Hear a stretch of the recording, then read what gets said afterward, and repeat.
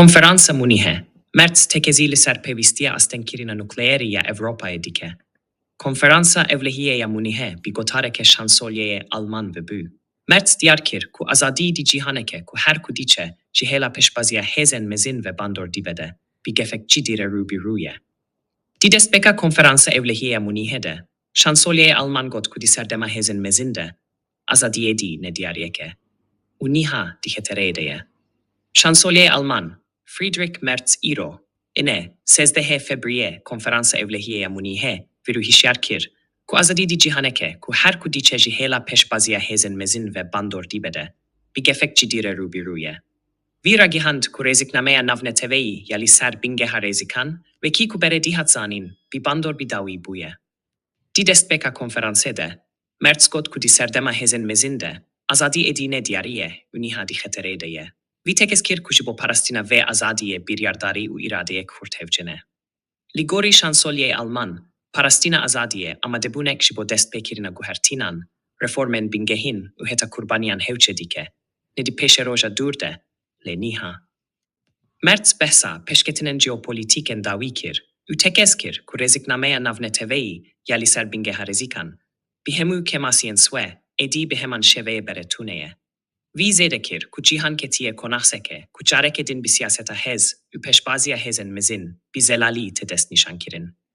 Li gorî vî polîtîkayên paşverûyên Rusyayê û şereveyê berfîreh li Ukraynayê suyangên herî berbiçav ên vemeylê ne.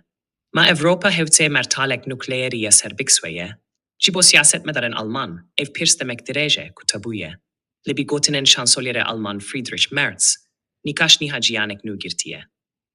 Almanya û Fransa li ser mertalek nukleerî ya gengaz ji bo Ewropayê nîkaş dikin.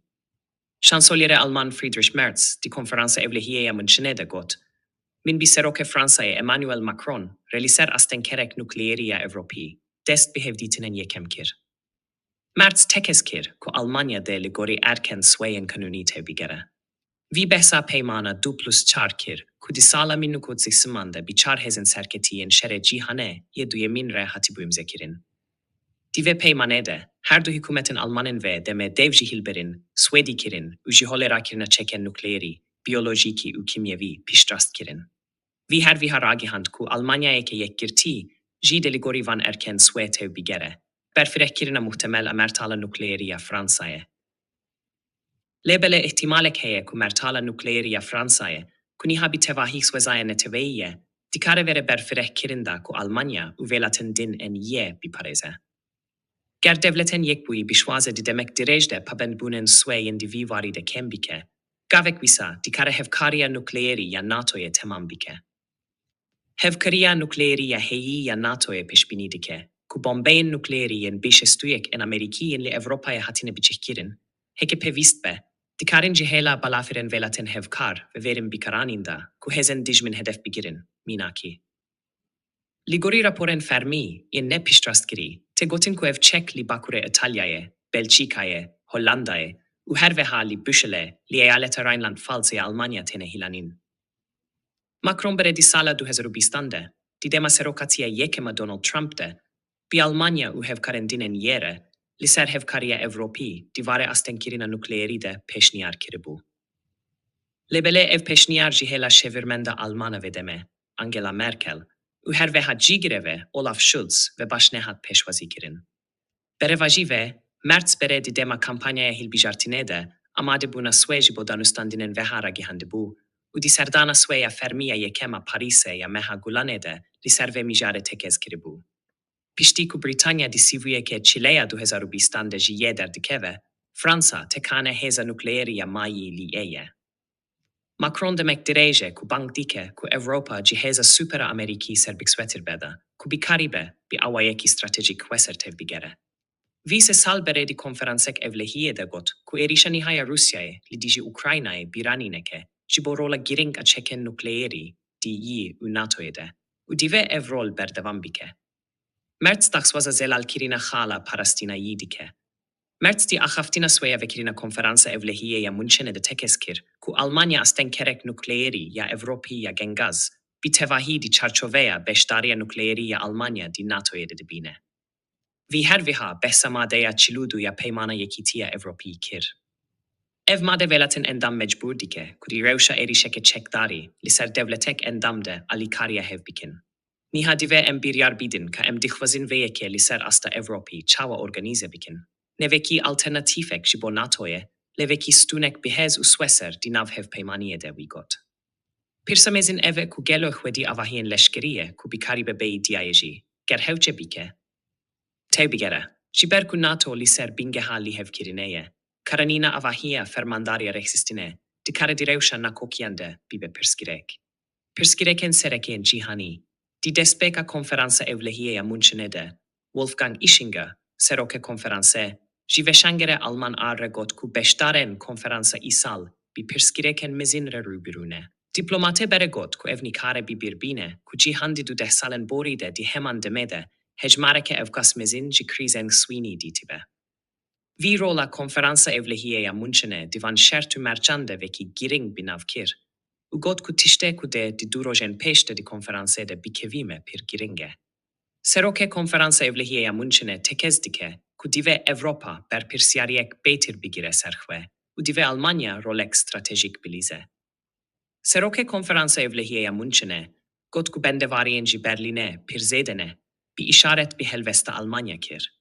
Li gorî vî netene meseleya lîstina rolek stratejîk a Almanyayê, lê di heman demede pirskireka svebaverî û yekbûna Ewropayê. Ischinger tekez kir ku de baldariyek taybetî li ser Ukraynayê vere dayîn û got ku selata Ewald von Kleist a îsal de ji bo verekiya gele Ukraynayê vere dayîn. Vî bi işaret bi kembûna piştgiriya devletin yekbûyî yên Amerîkayê ji bo Kievê berdevam kir, banga surtkirina rol Ewropayê kir. Got ku div Ewropa valahiya ku ji ber kemkirina sevkiyatên çek, alaven leşkerî û çebilsaneyên Amerîkî çebûyetî bike. Li gorî Ischinger, çareseriyeke aştiye tene mimkune, eger Ukrayna bikaribe bi bandor bipareze. Vî zêde kir ku Almanya di vî varî de roleke stratejik listiye û demek dirêje ku da bin kere herî mezîne alikariya leşkerî û darayî ji bo Ukraynayê ye. Ischinger her wiha tekez kir ku pêwistiya bihevgirtineke mezintir di yekîtiya Ewropayê de heye û hişyarî da ku ger 27 velatin endam siyaseteke derveya Serbixwe çûda bişopînin, swezayî ye ku ev ve jî aliyê Çîn, Rusya û heta devletên yekbûyî ve jî verin parçekirin. Vî tekez kir ku dive Ewropa bi yek dengî li ser mijarên stratejîk biaxîve. Serokê Konferansa Ewropayê Munîxê her vîha li dijî her cure çeken nukleerî yên neteveyî derket û got ku ev bi tevahî fikra bi destxistina bombeya atomî jî aliyê Almanyayê ve red dike. Vî bawer kir ku biryareke vîsa de rejîma navneteveyî ya nebelawbûnê bi giranî kels bike. Lebele, vî mumkin dît ku beşdariya Ewropayê di mekanîzmayên heyî yên astenkirina nukleerî de, di nav de bi tevlîkirina cîhanên Fransî û Britanî vere şurtkirin. Zêderokên devlet û hikûmetan de beşdarî Konferansa Ewropayê Munîxê bibin aptuşçîbkemîn. Konferansa Ewropayê Munîxê de li payteksta Bavyerayê bi beşdariya zêdetirî hezar beşdaran vere li darxistin. Zêdetirî şest serokên devlet û hikûmetan beşdarî civîna serojî dibin, ku biryare krîzen herî giring yên heyî yên cîhanê nîkaş bikin. Di nav mêvanan de serokomare Ukraynayê Volodymyr Zelensky û her veha hejmarek rayêdarên Amerîkî, di nav de vezîrê derve Marco Rubio û endamên Kongreya Devletên Yekbûyî hene. Serokê herêma Kurdistana Iraqê Nêçîrvan Barzanî û İlham Ehmed û fermandare giştî yê Hêzên Sûriya Demokratîk Hesede Mazlum Ebdî jî di nav beşdarên konferansê de ne. Ev jî hat zanîn ku Rêza Pehlevî jî di hinik dîmenên medyayî de derkevtiye ku di ev konferansa hande ye. Lê bi fermî hete niha